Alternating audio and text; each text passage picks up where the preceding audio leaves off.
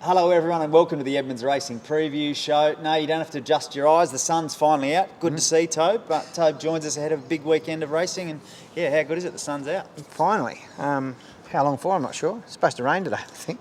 I see that. But you wouldn't think so now, but anyway. It did start out off like this yesterday a bit and then it came over overcast and rained overnight. So look, the forecast is still okay after today, I think. So then into the weekend. End of the weekend, then 10 days of fine weather, sort of. Hopefully. So see what happens there. Eagle Farm should be okay though. Yep, yeah, Eagle Farm, big meeting on Saturday. But before we talk about that and the runners heading towards the Friday meeting at the Sunny Coast, which is why we're coming a bit earlier than normal, Burning Bell, how good was that? Back in the winner's circle and one of your best bets too, so finally got one up. Back in the winner's circle? When did she get out of the winner's circle? No, you're back in the winner's circle. Oh, me, yes. Okay, so I did tip it, thank you. Tick? Yeah, so my record's not that good tipping, but anyway, I got that one right. About $3, that was pretty good value. Yeah, she gave it to them. She was too good for them, so that was good. Good filly, it's progressive type.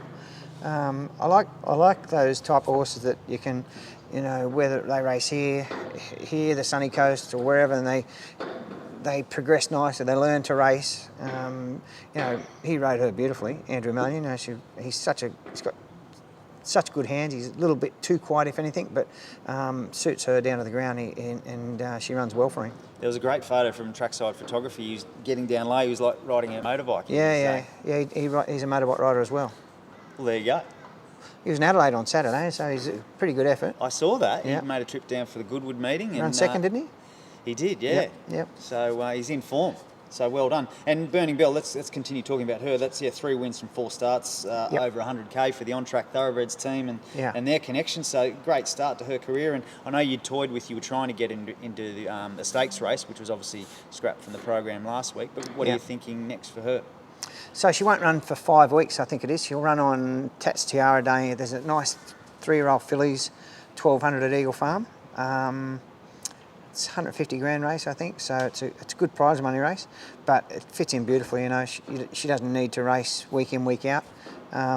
It's 5 weeks between runs.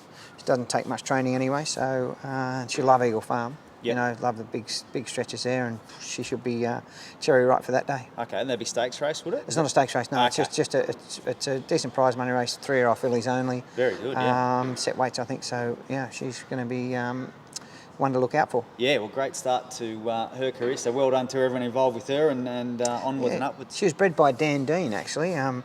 Grant Morgan bought her off them for not much money, 35 grand, I reckon. So that's a pretty good buy. Already over 100.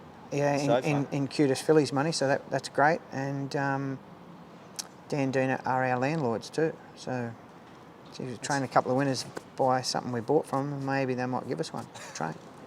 There you go, a little bit of a synergy there. I don't know whether they watch our show, but anyway. Oh, you'll have to send it. You'll have to send it through. Yep, that's the beauty of it.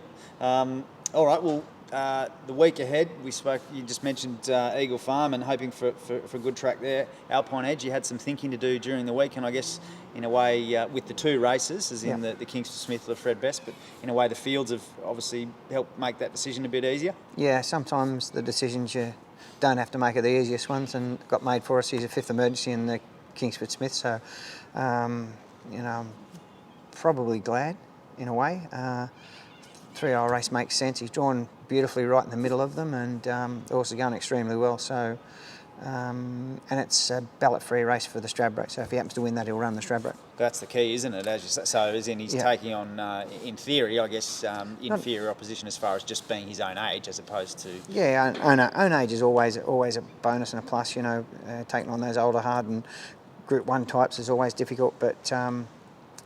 As I say, back to 3-year-old grade, he's been in and around those horses that are in that race now most of his career, Ranch Hand and the like. He's beaten them home in the Magic Millions, and whether I'm not sure whether we've raced it again, but certainly there's not much between those type of horses. So if it's the benchmark, I'm quite confident we're going to be right in the finish. And how's he been during the week, bouncing Super. Off his doom? Man, he is so good. He's been hasn't left a note since his Eagle Farm run. Pulled up so much better after his Eagle Farm run than he did off his Doomben first up run, which is which is good. Clearly, back to the races, back to Eagle Farm was a plus for him. And again, back there this week, 1400, he should eat it up. Sounds good. All right. Well, good luck to the Lucky Clover team with him, and fingers crossed he can get that ticket into the Stradbroke. Yes, that's what we're looking for. All right. Well, let's move on to Friday, the Sunny Coast Poly meeting. You've got 5 runners entered for the program here. Evanescent Louisiana Star entered for the cutest 2-year-old fillies maiden plate over the 1,000.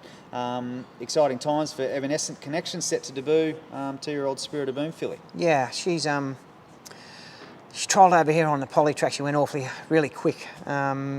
Not poly, this is not poly, this is a sand fibre, so we trialled her on that, but yep. the riders are all keen to get to the front, so there wasn't much kickback coming, so Noel Callow rode her and he let her run really quickly, and she got tired in that trial, so that's fine. Bit of a different story up there tomorrow.